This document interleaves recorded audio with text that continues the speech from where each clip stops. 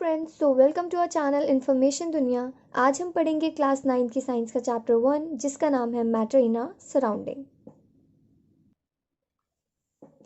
Chapter start करने से पहले हमें ये पता होना चाहिए कि मैटर क्या है, क्योंकि चैप्टर का नाम ही है matter in our surrounding. So what is matter? Definitions वगैरह में हमने पढ़ा होगा कि anything that occupy space, have mass and volume and offer resistance to any applied force is called matter. तो मैं आपको इजी लैंग्वेज में बताती हूँ। जो कुछ भी हम अपने आसपास देख रहे हैं, जो चीज़ें हम टच कर सकते हैं, देख सकते हैं, वो सब कुछ मैटर है। सो चैप्टर स्टार्ट करने से पहले हमें पता होना चाहिए कि व्हाट इज़ मैटर, क्योंकि चैप्टर का नाम ही है कि मैटर इन आवर सराउंडिंग। हमारी सराउंडिंग में क्या क्या मैटर है, किन चीज़ों को हम मैटर कहते हैं, किन चीज़ों को मैटर नहीं कहा जा सकता। सो व्हाट इज़ मैटर? यहाँ जैसे मैंने डेफिनेशन भी लिखी हुई है, anything that occupy space and having mass and volume is called matter. Definition के अकॉर्डिंग जो भी चीज़ें जिनके पास स्पेस है, मास है और उनको कहीं पे रखे तो वो स्पेस ऑक्यूपाई करते हैं, उनके पास अपना वॉल्यूम है, मास है, तो वो सारी चीज़ें मैटर के अंदर आती हैं। बट कई सारी चीज़ें हैं जिन्हें हम मैटर के अंदर कंसीडर नहीं कर सकते। मैटर को पहचानने की सबसे पहली चीज़ है कि वो चीज़ें मैटर में आएंगी जिन्हें हम टच कर सकते हैं और देख सकते हैं। जैसे कि डस्टर है, डस्टर को मैं देख भी सकती हूँ, टच भी कर सकती हूँ। बट अगर किसी की फीलिंग है, कोई इंसान बहुत ज़्यादा गुस्सा है, तो हम उसके गुस्से को टच नहीं कर सकते, तो उसका गुस्सा मैटर के अंदर नहीं आएगा। कोई बहुत ज़्यादा खुश है, वो भी मैटर में नहीं आएगा। कोई बहुत ज़्यादा रो रहा है, वो भी मैटर में नहीं आएगा। बेसिकली किसी की भी फीलिंग, किसी की भी सोच, ये सारी चीज़ें मैटर के अंदर नहीं आएंगी। मैटर के अंदर सिर्फ आएगा जो चीज़ें स्पेस ऑक्यूपाई करती हैं, जिनके पास मास है, वॉल्यूम है, वो सारी चीज़ें मैटर में आती है। तो ये सिंपल सी चीज़ थी, what is matter? Anything that occupy space and having mass and volume is called matter. Characteristics of matter. Matter की कुछ कैरेक्टरिस्टिक्स हैं। फर्स्ट है कॉन्टीन्यूसली मूविंग। जो मैटर के पार्टिकल्स होते हैं वो कॉन्टीन्यूसली मूव करते हैं। उनके पास काइनेटिक एनर्जी होती है। काइनेटिक एनर्जी इंक्रीज तब होती है अगर हमारे मैटर का टेम्परेचर हाई हो। अगर टेम्परेचर लो होगा तो काइनेटिक एनर्जी भी लो हो जाती है। जैसे कि एनसीईआरटी में एक एग्जांपल है, अगर हमारे पास कुछ गरम खाना रखा है तो उसकी जो स्मेल है, उसकी फ्रेगनेंस है, वो हम तक बहुत जल्दी पहुंचेगी, क्योंकि टेम्परेचर हाई है, काइनेटिक एनर्जी ज़्यादा तेज़ मूव कर पाएगी।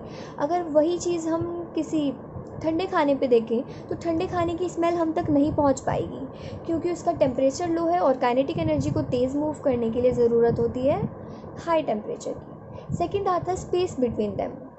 Particles of matter have space between them. मतलब ये स्टेटमेंट ये कहता है कि जितने भी मैटर हैं उनके बीच में स्पेस होता है।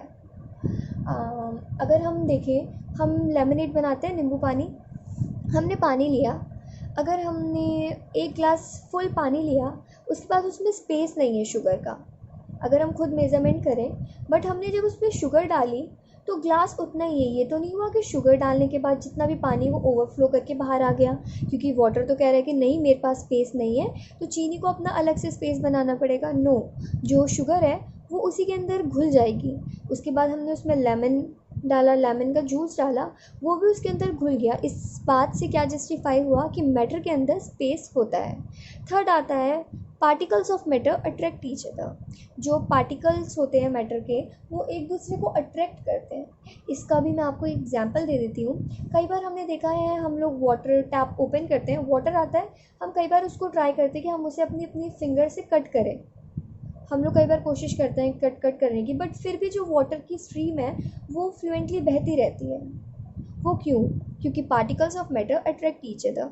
उनका एक बॉन्ड बना होता है, वो एक दूसरे को अट्रैक्ट करके रखते हैं, जिस वजह से वो वाटर को हम नहीं कट कर पाते। हम लोग कई बार ऐसे खेलते भी हैं फिंगर से कि वाटर को काटते हैं, बट वो नहीं होता, क्योंकि जो पार्टिकल्स होते हैं वाटर के, वो एक दूसरे को अपने साथ अट्रैक्ट रखते हैं। ये तो बेसिकली 3 कैरेक्टरिस्टिक्स हो गई। अगर आपको और लिखना है तो हम 3 के अलावा ये भी लिख सकते हैं, particles of matter have very small size, ये वाला भी हम इसमें ऐड ऑन कर सकते हैं। और चौथा, हम काइनेटिक एनर्जी वाले को थोड़ा पार्ट करके खुद ऐड ऑन कर सकते हैं। जो हमारा पहला कैरेक्टरिस्टिक्स है कॉन्टीन्यूसली मूविंग, उसमें एक टर्म आती है डिफ्यूजन।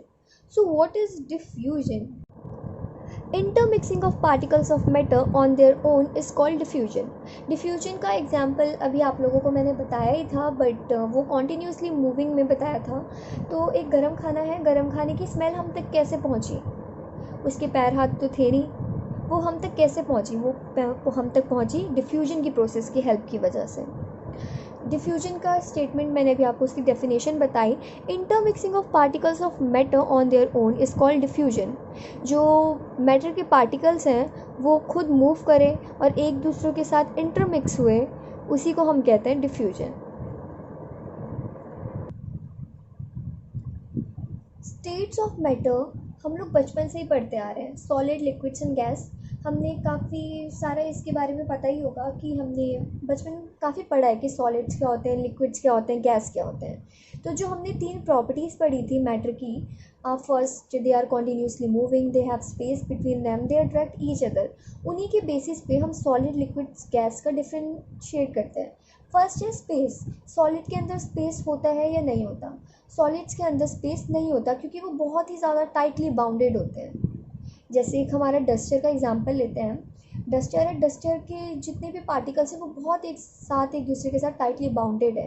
सो उनके पास तो कोई स्पेस नहीं है। हम चाहें तो डस्टर में वाटर रख दें या शुगर, कुछ भी रखते हैं और सोचिए इसको घोलना है, तो ये चीज़ इम्पॉसिबल है, ऐसा हो ही नहीं सकता क्योंकि duster don't have space. Liquid के अंदर स्पेस की बात करते हैं तो सॉलिड से थोड़ा ज़्यादा और गैस से थोड़ा कम होता है लिक्विड के अंदर। थर्ड है गैस। गैस के अंदर स्पेस काफ़ी अच्छी होती है, मतलब कि सबसे ज़्यादा ही स्पेस गैस के अंदर होता है। सेकंड है मूवमेंट। मूवमेंट किसके अंदर सबसे ज़्यादा होती है? सॉलिड्स ज़्यादा मूव नहीं कर पाती क्योंकि वो बहुत ज़्यादा टाइटली बाउंडेड होते हैं, उनका मास, वॉल्यूम वो भी काफ़ी ज़्यादा होता है। फिर आता है लिक्विड। लिक्विड मूवमेंट कर सकते हैं बट सॉलिड से ज़्यादा, लिक्विड से कम। जो गैस होते हैं, गैस वो सबसे ज़्यादा फ्रीली मूव कर सकता है क्योंकि उसके पास लार्ज स्पेस होता है, इस वजह से वो काफ़ी ज़्यादा मूव कर सकता है। थर्ड आता है अट्रैक्शन। सॉलिड के अंदर अट्रैक्शन बहुत ज़्यादा होता है। जैसे डस्टर है, वो बहुत ज़्यादा टाइटली बाउंडेड है, एक दूसरे के साथ उसने बहुत अच्छा बॉन्ड बना रखा है, तो सॉलिड के अंदर अट्रैक्शन सबसे ज़्यादा होता है। फिर आता है लिक्विड। लिक्विड में सॉलिड से थोड़ा कम होता है बट होता है अट्रैक्शन। फिर आता है गैस। गैस के अंदर अट्रैक्शन बिल्कुल ही नहीं होता क्योंकि एक मैंने ऊपर बताया कि स्पेस बहुत ज़्यादा होती है, मूवमेंट बहुत ज़्यादा होती है, तो अट्रैक्शन इसमें सबसे कम होता है। फिर आता है can matter change it's state. एक मैटर अपना स्टेट चेंज कर सकता है क्या? वो सॉलिड से लिक्विड, लिक्विड से गैस, लिक्विड से सॉलिड क्या बन सकता है? तो हमने ये काफ़ी अपने लोअर स्टडीज़ में पढ़ा होगा कि अगर हम सॉलिड है, सॉलिड को मेल्ट कर दें तो वो वाटर बन जाएगा। वाटर है, वाटर को फ्रीज़ कर दें तो वो सॉलिड बन जाएगा।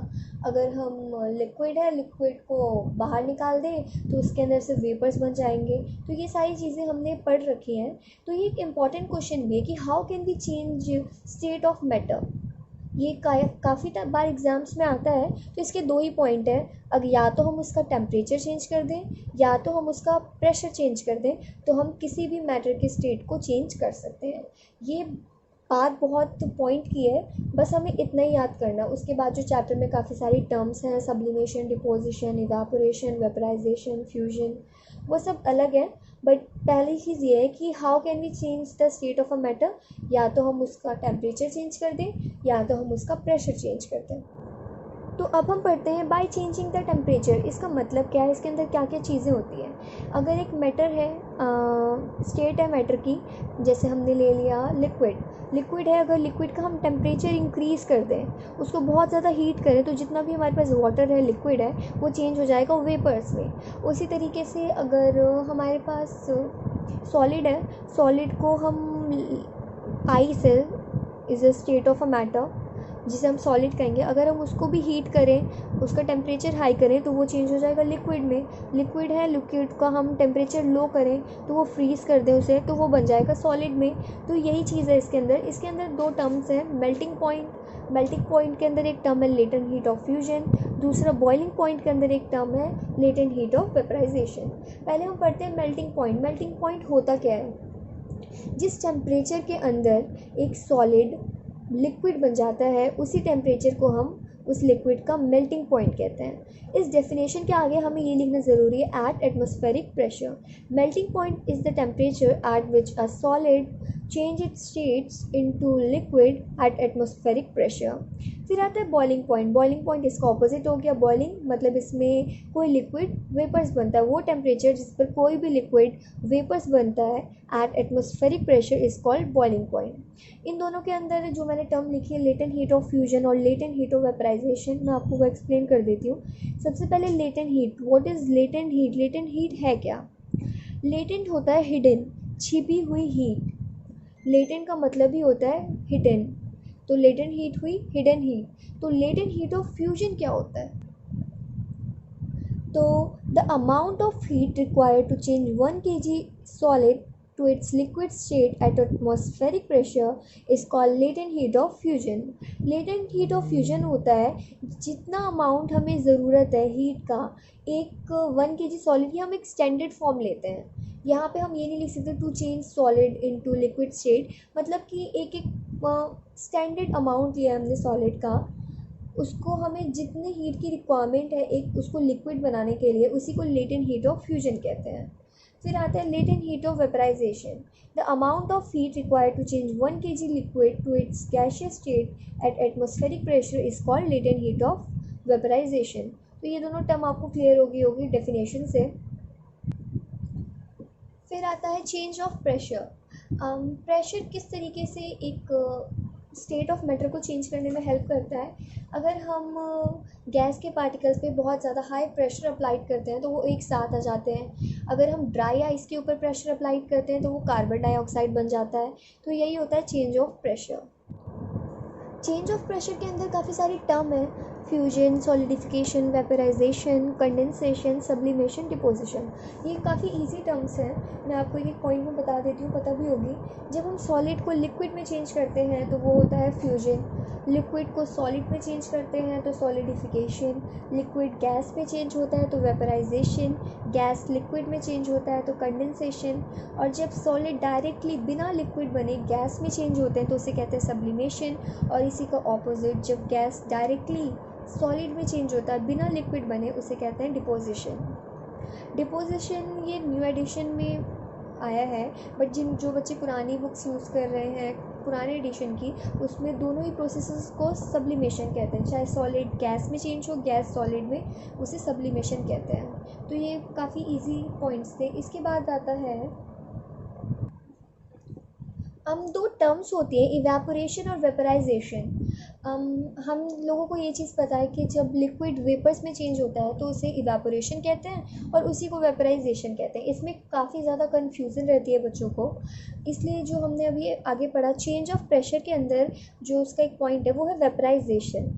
इवेपोरेशन क्यों नहीं है, बट दोनों कंडीशंस में तो लिक्विड वेपर्स में चेंज हो रहा है। तो इन दोनों में एक छोटा सा डिफरेंस है। इवेपोरेशन तब होता है जब लिक्विड वेपर्स में चेंज हो तो रहा है बट अपने बॉइलिंग पॉइंट तक पहुंचने से पहले ही। और वेपराइजेशन में जो वाटर है उसका वेपर बनने का 100 डिग्री सेल्सियस है, तो वो 100 डिग्री सेल्सियस पे पहुंच कर ही वेपर्स बनता है। तो ये छोटा सा डिफरेंस है इन दोनों के बीच में। तो मैंने आपको बता ही दिया है कि इवेपोरेशन क्या होता है। और अब है फैक्टर्स अफेक्टिंग इवेपोरेशन। ऐसे कौन कौन से फैक्टर्स हैं जो इवेपोरेशन को स्पीड अप करते हैं, इंक्रीज़ कर रहे हैं, डिक्रीज़ कर रहे हैं। तो फर्स्ट आता है इंक्रीज़ ऑफ सरफेस एरिया। जैसे हमारी टी अगर हमने कम सरफेस के कप में रखी हुई है तो उसका इवेपोरेशन स्लो होगा। सरफेस एरिया अगर ज़्यादा होता है तो इवेपोरेशन फास्ट होता है। अगर वही चाय हमने किसी बाउल में रखी है तो वो चाय जल्दी ठंडी होगी क्योंकि उसका इवेपोरेशन फास्ट होगा। सरफेस एरिया उसका ज़्यादा हो गया और इवेपोरेशन फास्ट होगा। फिर आता है इंक्रीज़ ऑफ टेम्परेचर। अगर किसी भी चीज़ का टेम्परेचर इंक्रीज़ होगा, अगर हम वाटर को हम बॉईल कर रहे हैं, इवेपोरेट कर रहे हैं और हम उसका टेम्परेचर फ्लेम को बहुत लो कर दें तो वो थोड़ा टाइम लेगा इवेपोरेट होने में। बट हम उसी फ्लेम को बिल्कुल ही हाई कर दें, टेम्परेचर हाई कर दें, तो वो बहुत जल्दी इवेपोरेट होगा। फिर आता है डिक्रीज़ इन ह्यूमिडिटी। ह्यूमिडिटी होता क्या है? Humidity is the amount of water vapour present in the air. ये चीज़ ह्यूमिडिटी होती है, जो भी हमारे एयर के अंदर वाटर वेपर का अमाउंट प्रेजेंट होता है हम उसी को ह्यूमिडिटी कहते हैं। अगर जो हमारी एयर है उसके अंदर ह्यूमिडिटी ज़्यादा होगी तो इवेपोरेशन स्लो हो जाएगा, और उसी जगह ह्यूमिडिटी कम होगी तो इवेपोरेशन फास्ट हो जाएगा। फिर आता है इंक्रीज़ इन विंड स्पीड। हम गर्मियों में जो हमारे कपड़े हैं वो हम सूखने के लिए रखते हैं छत वगैरह पे, तो ठंडियों के टाइम पे कपड़े धीरे सूखते हैं और गर्मियों के टाइम पे जल्दी। क्यों? ये तो हमें सबको पता है कि धूप निकली है तो कपड़े जल्दी सूखेंगे, बट क्यों? धूप है, टेम्परेचर हाई हो रखा है, विंड स्पीड ज़्यादा है, हवा बहुत तेज़ चल रही है, हवा भी मैटर कर रही है इस बात में, तो कपड़े जल्दी सूखेंगे। और अगर विंड स्पीड स्लो है, हवा नहीं चल रही है, तो कपड़े धीरे सूखते हैं। तो टेम्परेचर ही बेसिकली नहीं होती कपड़े सुखाने की रिस्पॉन्सिबल, विंड स्पीड भी मैटर करती है। ये एक एग्जांपल था, बट विंड स्पीड अगर ज़्यादा होगी तो इवेपोरेशन ज़्यादा होगा। इसी के साथ हमारा ये चैप्टर फिनिश होता है। मिलते हैं हमारी नेक्स्ट वीडियो में। अगर आपको हमारी ये वीडियो पसंद आई हो तो चैनल को सब्सक्राइब करें, वीडियो को लाइक करें और शेयर करें, और कमेंट सेक्शन में आप हमें बता सकते हैं कि आपको और कौन सी वीडियोज़ देखनी है।